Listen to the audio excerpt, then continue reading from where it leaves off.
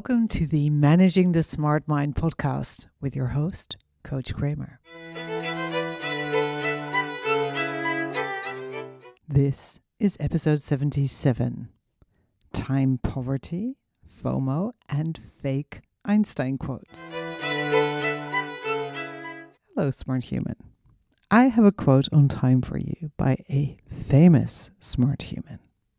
But before I go there, let's talk about quotes because they're such a mess. As in, the internet, of course, is amplifying posts about people saying things they never really said. So, I'm admonishing you. Please do not be one of the people perpetuating the perpetuation of false quote attributions. As in, when you quote someone, when you share a quote, please do a little fact check. Thank you. Okay. Sorry, I had to get that rant out. So, the famous smart human I want to quote this week is, probably not surprising with our topic, Einstein. And I found this super fun quote attributed to him. You ready? The only reason for time is so that everything doesn't happen at once.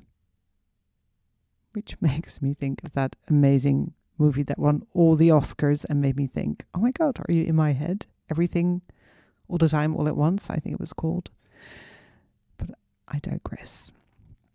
The only reason for time is so that everything doesn't happen at once.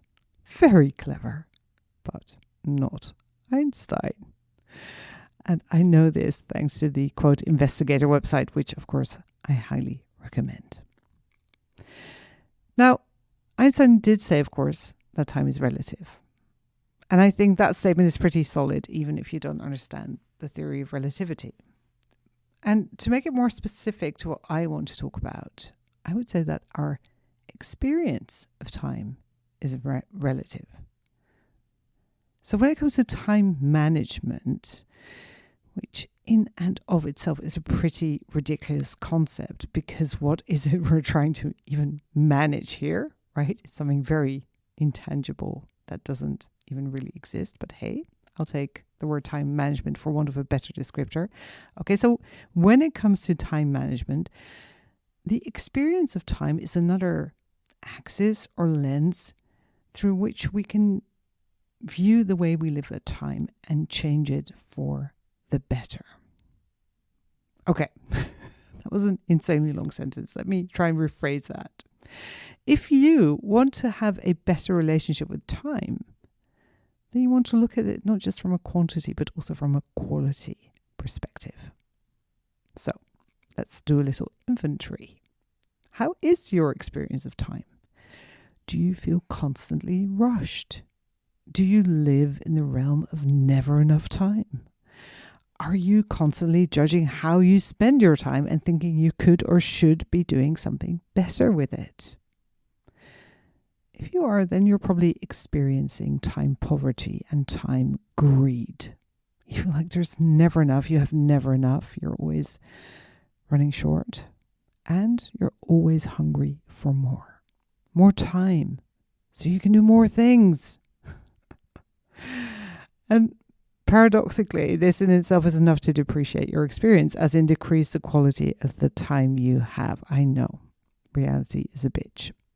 Because your brain is stealing the present from you, the only time you really have.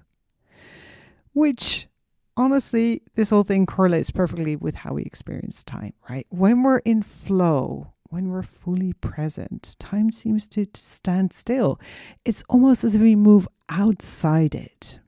And I'm guessing you've all had this experience, right? For me, I have it, for example, when I'm making art, when I'm taking pictures, when I'm sometimes even like in watching an amazing movie or playing with paint, like everything outside me vanishes, or making music.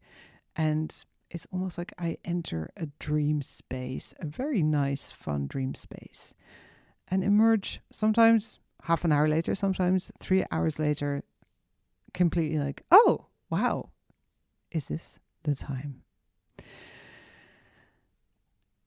When we're in flow, there are no longer any clocks ticking, right? There's just pure joy, presence, energy, creativity, flow, however that shows up for you.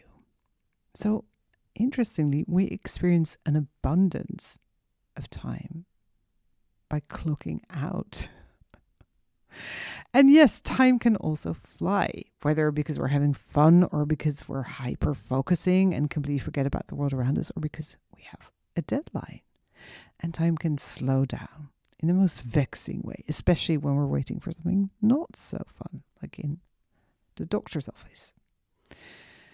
Now, let's go back to time greed and time poverty, because you want more time so you can do more things. Am I right? But when you do more things, it feels as if time flows faster. So in your experience, you have even less time. Basically, your brain is tricking you into thinking that if you had more time and did more things, you'd feel better. But it's lying, right? Having more time to do more things is not going to make you feel better. So what will make you feel better about the time you have? That is letting go of the time greed, right? Thinking there's never enough, and focusing on your experience of time instead of the amount. Because why do you even want to have more time? Where did that idea come from? It's probably because you think you want to do more things. Okay. So why do you want to do more things? Well, you're probably thinking, I am interested in so many things. I want to do so much. And no, I cannot choose. Okay. Why can't you choose? Well, I mean, because I have FOMO. I have fear of missing out. And listen, I'm joking, as in this may sound funny, but of course I have this too. But now we get to the bottom of it. You do not lack time. You suffer from FOMO, which makes you feel very time poor. And this is great news because FOMO can be cured, whereas I cannot give you more time, but I can definitely help you get over your FOMO. Okay, are you ready for the cure for FOMO and also hence the solution for your time problems? It is very simple and you're going to hate it, possibly. Here we go. Step 1. Pick a thing. Step 2, go do it. Yes. It is that simple. Because if you're in it, if you're doing a thing, if you decide it and you're doing the thing, you don't have time for FOMO. And if you're spending time in FOMO, you really are wasting time. And trust me, you really wouldn't be any happier if, in addition to what you're already doing, you could also learn to play the accordion, speak Korean, master mosaics, invent self-darning socks, and so on and so forth.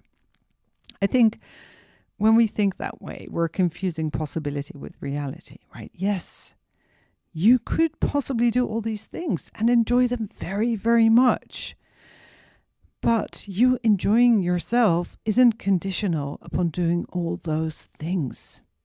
You can just decide to enjoy yourself very much whilst you get to hang out on this planet, regardless of how many things you get to do. Yes, really. Okay, that's maybe easy for me to say, but how do you actually apply all this conceptual stuff in real life? Well, I think it starts with awareness around quality time. I mean, the quality of your time. When do you enjoy your time the most? When you have the best times?